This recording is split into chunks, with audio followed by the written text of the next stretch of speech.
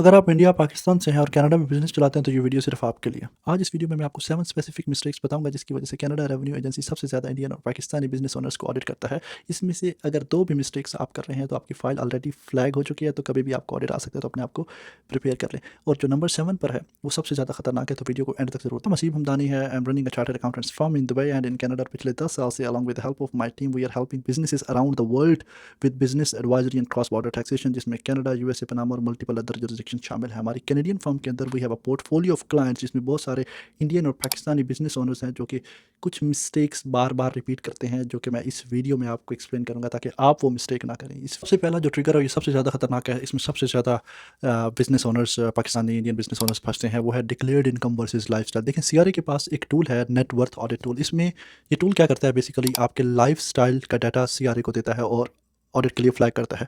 आपने for example income declare की 65,000, बल्कि ये एक रियल सिनेरियो है क्लाइंट का जिन्होंने इनकम डिक्लेयर की। रेस्टोरेंट ओनर थे, उन्होंने पर्सनल इनकम डिक्लेयर की $65,000, लेकिन उनके पास $1.4 मिलियन का एक घर है, $90,000 की उनकी गाड़ी है और उनके बच्चे प्राइवेट स्कूल में पढ़ रहे हैं जिसकी एनुअल फीस $30,000 है। तो उनको सीआरए का नोटिस आता है जिसमें $1,80,000 का टैक्स असेसमेंट उनको आता है।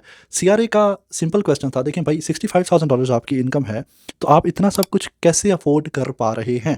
बर्डन ऑफ प्रूफ आपके ऊपर है, सीआरए के ऊपर नहीं है। ये हमारी कम्युनिटी में बहुत ज़्यादा कॉमन है क्योंकि जाने अनजाने में हम इनकम डिफरेंट डिक्लेयर कर देते हैं, लेकिन लाइफस्टाइल उस चीज़ को सपोर्ट नहीं करता।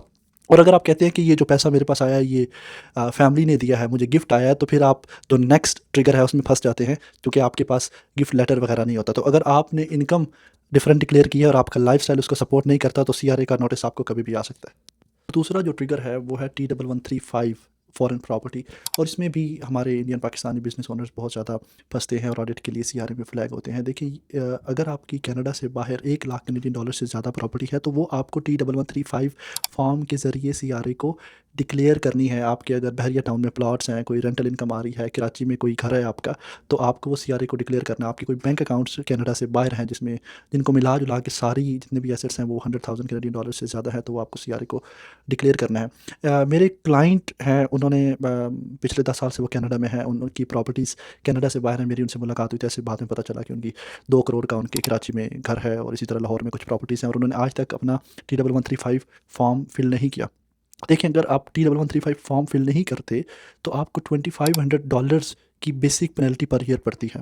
उसके अलावा आपको $25 पर डे, जो कि मैक्सिमम जो है वो 12,000 कैनेडियन डॉलर की पेनल्टी आपको पर ईयर तक पड़ सकती है। और अगर सीआरए ये प्रूव कर दे कि आपने ये इंटेंशनली किया है, जानबूझ के आपने अपनी फॉरेन प्रॉपर्टीज़ छुपाई हैं, तो ये बढ़ के penalty 5% of the property value हो सकती है। ये लाखों डॉलर की बात हो रही है, हज़ारों कैनेडियन, लाखों डॉलर तक आपको पेनल्टी आ सकती है। खैर वो क्लाइंट से मेरी बात हुई और मैंने उन्हें कहा कि जी आप वॉलंटरी डिस्क्लोजर एक प्रोग्राम है, उसके थ्रू हमने उनकी प्रॉपर्टीज़ डिक्लेयर की, पेनल्टीज़ बहुत ज़्यादा रिड्यूस हो गई, इंटरेस्ट भी नहीं पड़ा। लेकिन उससे पहले अगर सीआरए आपको नोटिस भेज देता है आपके अपने आप से डिक्लेयर करने, तो ये पेनल्टीज़ लाखों डॉलर्स में जा सकती है। तो आज ही अगर आपकी फॉरेन प्रॉपर्टीज़ हैं और जो आपने डिक्लेयर नहीं की, तो अपने अकाउंटेंट से कॉल करें या फिर कमेंट में T1135 रिव्यू लिखें और आज इसको रिव्यू करें, वरना ये आपका ऑडिट ट्रिगर हो जाता है सीआरए की तरफ से, तो लाखों डॉलर्स की पेनल्टीज आपको पे करनी पड़ सकती है। तीसरा ट्रिगर है कैश बिजनेस अंडर रिपोर्टिंग। ये सीआरए की अंडर ग्राउंड इकॉनमी स्ट्रेटजी का हर्ट है। देखिए कोई भी कैश हैवी बिजनेस है, restaurant, saloons, mechanics, immigration consultancy, जितने भी कैश हैवी बिजनेसेस हैं उनको टारगेट करता है सीआरए, ऑडिट के लिए फ्लैग करता है। सीआरए के पास हर सेक्टर का बेंचमार्क्स होता है। सीआरए को पता है कि एक रेस्टोरेंट पर स्क्वायर फीट कितनी इनकम अर्न करता है, एक कन्वीनियंस स्टोर का एवरेज टिकट साइज़ कितना है, और अगर ऐसे बिजनेसेस जब 30 से 40% से अंडर रिपोर्टिंग करते हैं तो सीआरए का सिस्टम ऑटोमेटिकली फ्लैग कर देता है। ये क्या करता है, सीआरए आपके सप्लायर के रिकॉर्ड्स भी चेक करता है। फॉर एग्जांपल आप अगर मीट शॉप हैं और आपने, सीआरए आपके सप्लायर्स के पास जाएगा और देखेगा कि फॉर एग्जांपल आपने 1,000 पाउंड चिकन ख़रीदा और आपने सेल शो की 400 पाउंड की, तो बाकी का चिकन कहाँ पे गया? फॉर एग्जांपल आपने कोका कोला के कितने कैंस केसेस आपने परचेज़ किए और आपने रिपोर्ट किए, तो अगर मैथ आपस में नहीं मिलता तो सीधा ऑडिट है। और बड़ी ख़तरनाक चीज़ है जो कि पीओएस, जो रिटेल बिजनेसेस में होती है, पीओएस ज़ैपर सॉफ्टवेयर।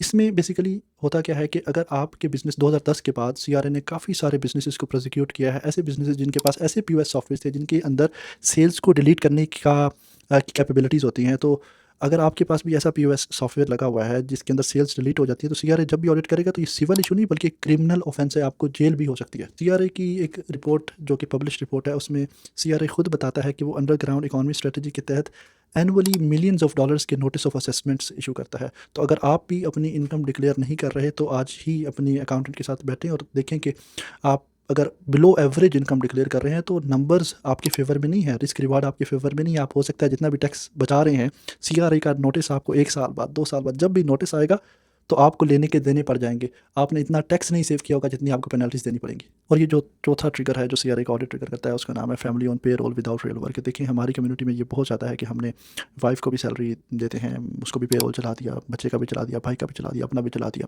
और एक्चुअल में वो कोई काम नहीं कर रहे होते और रीज़नेबल सैलरीज आप नहीं दे रहे होते। फॉर एग्जाम्पल आपने बुक कीपर के नाम पे वाइफ को $80,000 का उसका पे रोल चला दिया, लेकिन वो एक्चुअल में हफ्ते में सिर्फ 2 घंटे काम करती है। तो सीआरआई ऐसे एक्सपेंसेस को डिसअलाउ कर देता है। डिसअलाउ का मतलब ये है कि आपके जो कॉर्पोरेट के जो एक्सपेंसेस हैं वो बढ़ जाएंगे और आपका प्रॉफिट भी इंक्रीज़ हो जाएगा, आपको ज़्यादा टैक्स देना पड़ेगा। इसके साथ साथ आपकी जो वाइफ की रिटर्न थी वो भी अमेंड होगी, तो दोनों जगह पे आपको पेनल्टीज लगेंगी। 2018 के बाद टीओएसआई टैक्स ऑन स्प्लिट इनकम का रूल आया, जिसके तहत अगर आप इनकम स्प्लिट कर रहे हैं सिर्फ टैक्स सेव करने के लिए, क्योंकि हर इंडिविजुअल के पास, टैक्स पेयर के पास कुछ एक पर्सनल अमाउंट होती है जिसमें टैक्स सेव होता है ताकि आप मार्जिनल रेट क्रॉस ना करें। तो अगर आप अपने फैमिली मेम्बर को डिविडेंड दे रहे हैं जो कि एक्चुअल बिजनेस में इन्वॉल्व नहीं है, तो वो सबसे ज़्यादा हाईएस्ट मार्जिनल रेट पे टैक्स होता है जो कि मोर देन 50% होता है। तो अगर आप भी अपनी फैमिली वाइफ को अपने अकाउंटेंट की सलाह के ऊपर, क्योंकि यहाँ पे अकाउंटेंट्स बहुत ज़्यादा मशवरा देते हैं जी इसका भी पेरोल चला दो, क्योंकि ओवरऑल बिजनेस का एक्सपेंस बढ़ जाएगा और सबका जो टैक्स है वो डिवाइड हो जाएगा, उनका बैंड जो टैक्स का बैंड है वो ऊपर वाले रेट पे नहीं जाएंगे तो टैक्स कम पे करना पड़ेगा।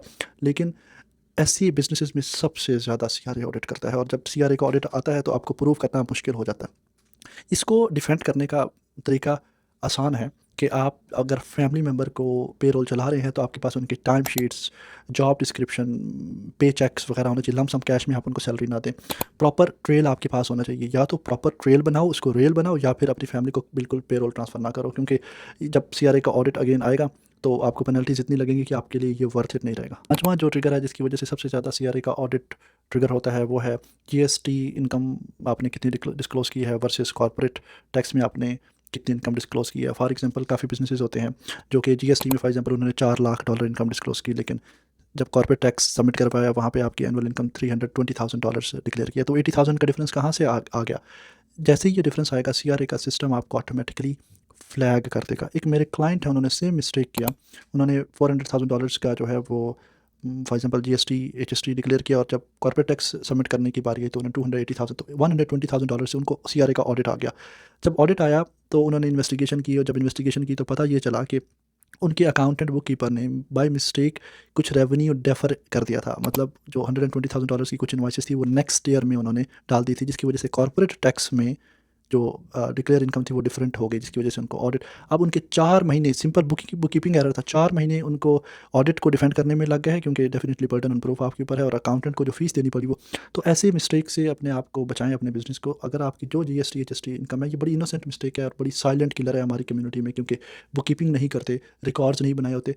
तो सम टाइम जो जीएसटी एचएसटी आपका सिंक नहीं है आपके कॉर्पोरेट टैक्स के साथ, तो ये आपका नेक्स्ट ट्रिगर हो सकता है। आप भी आज ही अपने बुक कीपर अकाउंटेंट के साथ बैठें और अपने रिकॉर्ड्स खुद चेक करें कि आपने जो इनकम जीएसटी एचएसटी में डिस्क्लोज़ किया क्या वो कॉर्पोरेट टैक्स में मैच कर रही है। अगर नहीं कर रही तो आज इसको फिक्स करें, इससे पहले कि आपको सीआरए का ऑडिट आए और आपके लिए प्रॉब्लम्स क्रिएट हो। अगला जो ट्रिगर है उसका नाम है real estate anti flipping rule. देखिए पहले क्या होता था कि लोग यहाँ पे घर परचेज करते थे, उसको रेनोवेट करते थे और बेच देते थे, तो कैपिटल गेंस के ऊपर 50% आपकी जो गेंस होते हैं सिर्फ वही टैक्सेबल होते हैं। फॉर एग्जाम्पल आपने घर लिया $4 लाख का, आपने $6 लाख का बेचा, 2 लाख प्रॉफिट हुआ, उसमें से $100,000 टैक्सेबल होता था। अब 2023 में जो ये रूल आया एंटी फ्लिपिंग रूल, इसमें सीआरए ने एक लिमिट लगा दिया है। अगर आपने घर लिया और उसको 365 डेज़ के अंदर अंदर अगर आपने बेचा है तो वो आपकी 100% बिजनेस इनकम कंसीडर होगा, उसके ऊपर 50% के हिसाब से टैक्स नहीं लगेगा, 100% के हिसाब से लगेगा, ऑलमोस्ट डबल टैक्स हो जाएगा।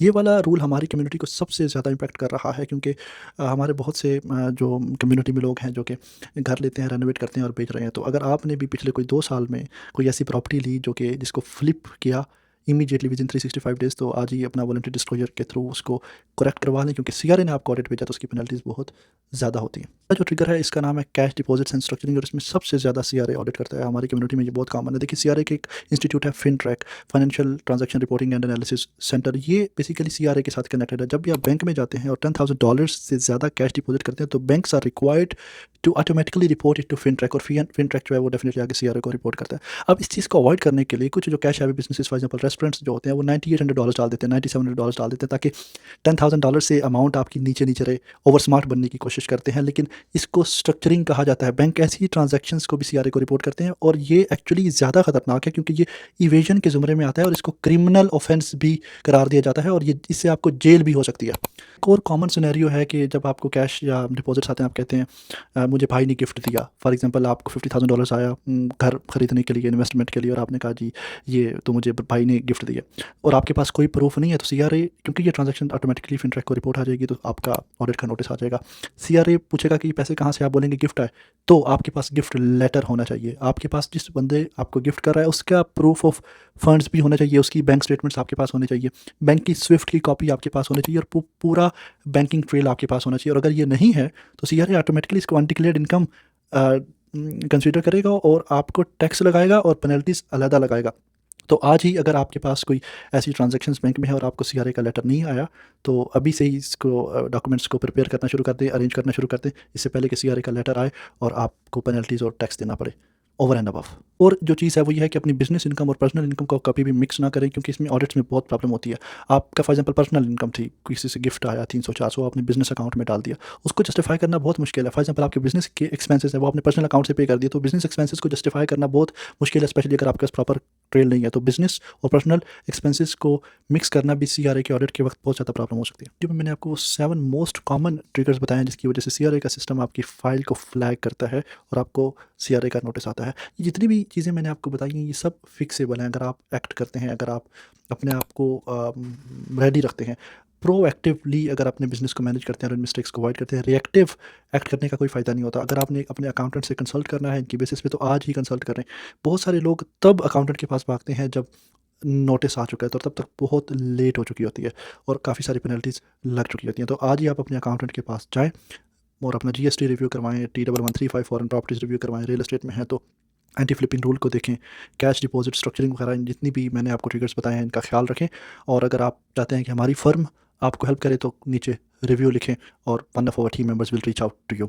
और मुझे ये भी बताएं कि अगर ये वीडियो आपको वैल्यूएबल लगा है तो नेक्स्ट वीडियो मैं किस टॉपिक के ऊपर बताऊँ, किस टॉपिक के ऊपर मैं नेक्स्ट वीडियो बनाऊँ। और अगर ये वीडियो आपको यूज़फुल लगा है तो लाइक, सब्सक्राइब और शेयर करें किसी ऐसे बंदे के साथ जिसके लिए ये रेलिवेंट हो सकता है। सब्सक्राइब ज़रूर कर लें, हर हफ्ते मैं ऐसे प्रैक्टिकल कंटेंट बनाता रहूँगा। Thank you so much.